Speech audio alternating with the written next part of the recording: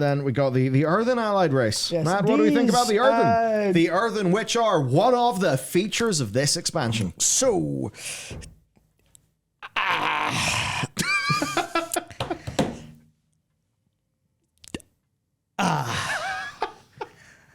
Okay.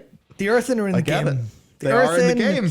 Exist in the video game experience called The War Within, the 10th expansion to World of Warcraft. So anyway, moving on. No, not actually moving on. I think there's something real to be said here, which everyone saw them and went, what?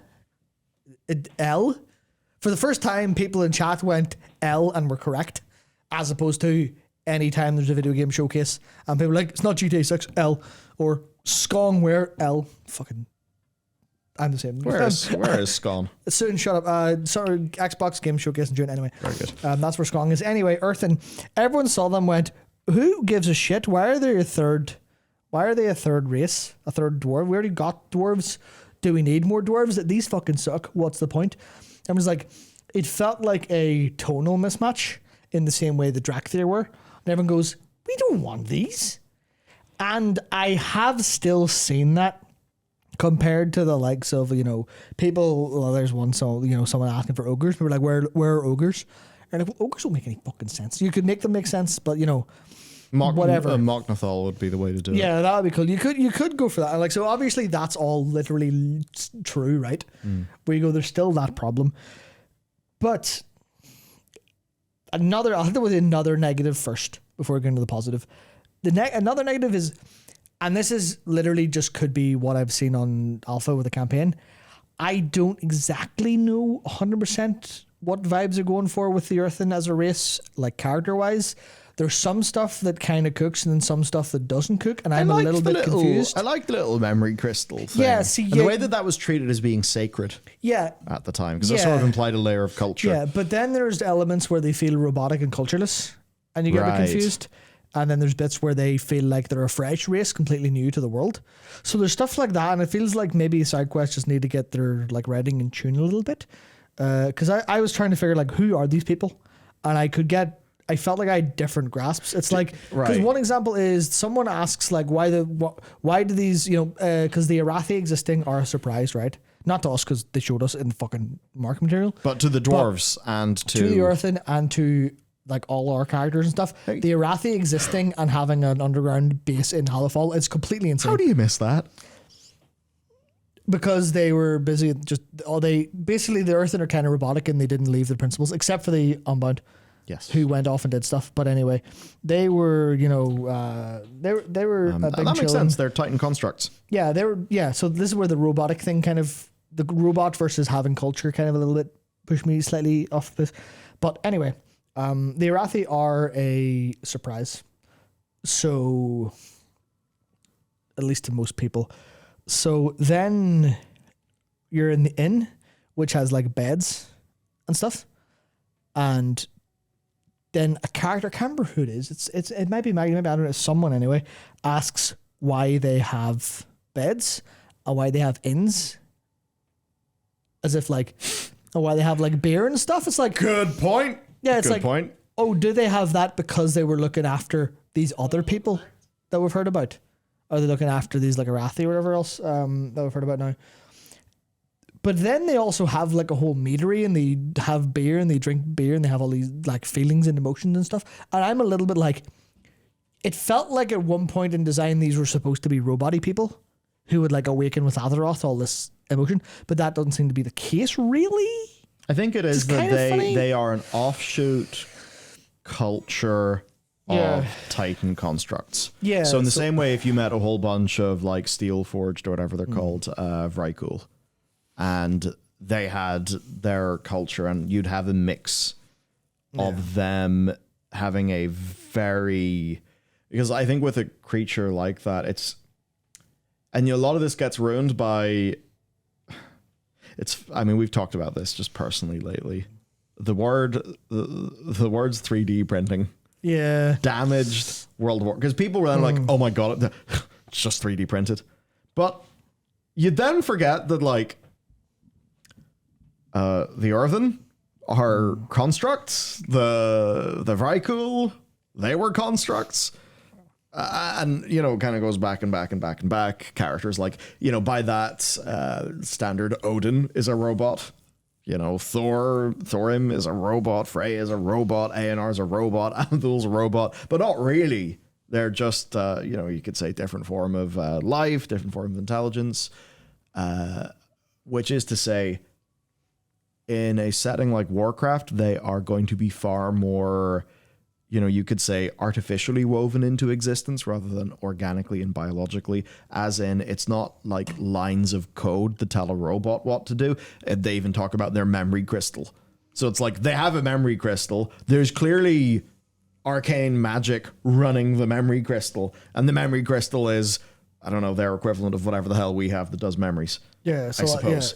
So like they do have, like, they aren't robots, but there's a little bit of that in like their design and character work that I'm not sure it completely comes together. Now I could literally do the quest lines again and get a slightly different read, and like maybe I did them in an order that kind of threw me off, or maybe I was like fixated on one piece of information that kind of threw me off. Well, because they do have good characters. Like I will say, in terms of like the Earthen in the campaign, they do have good characters who act based on like understandable emotional things, and it is a good campaign. I guess the thing could be that they're doing good stuff. Yeah, it's just if they're doing good stuff in different directions, but then airlocked from each other, as opposed to woven into each other. There's a little bit of that I feel, which is basically there's like two side quests that kind of threw me off a little bit on that front. So maybe that's when you like say robotic, what do you like? Is it robotic, or is it more like my sense of duty is? It's more that they're kind of unfeeling-ish in a way. I see. Like feelings seem new and uncertain to them. But that's not really super like reflected in like a big moment happening or something. It's kind of right. It feels like that's something that's do I draw a comparison?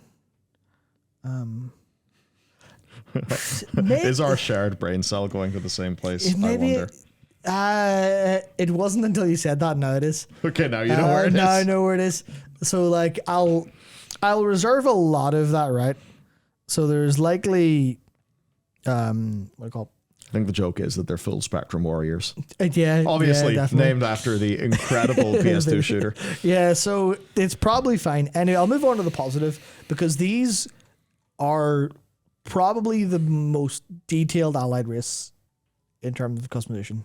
And they look great. So this is then showing us the sorts of things that modern Blizzard production can do. Incredible and I think stuff. we also see that with, and I suppose we'll get into it later, but the customizable mount from Delves.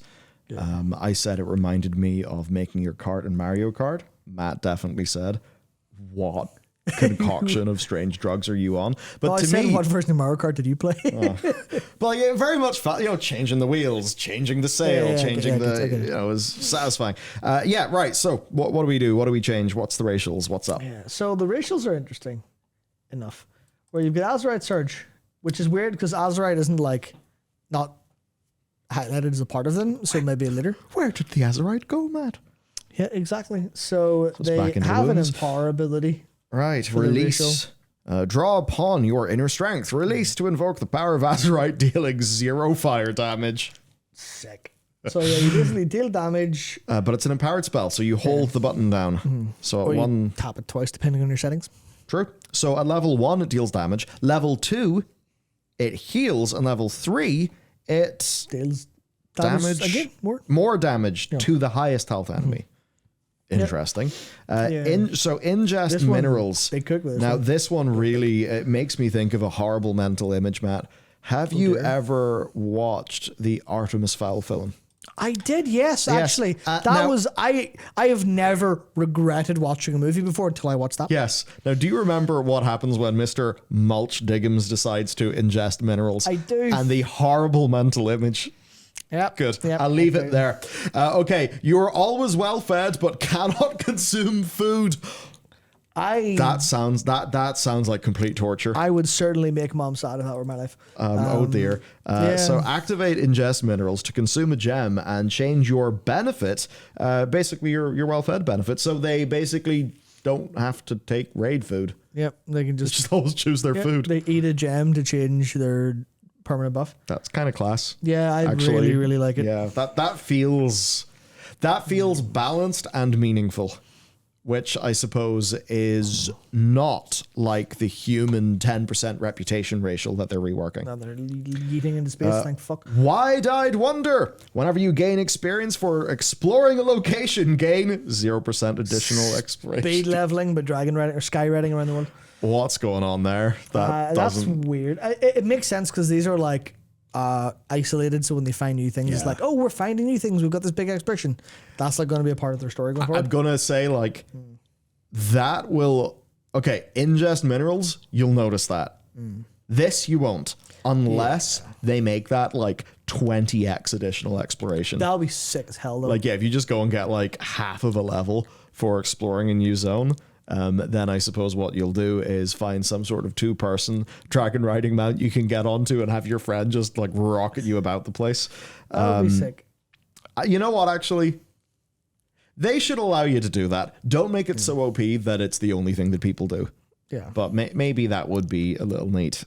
Hyper-productive. Increase finesse by whatever. Finesse increases the chance of finding additional gathering mats, and Titan Wrought Frame, which is the base armor from equipped items. Okay. Nice, yeah. Paladin Mount.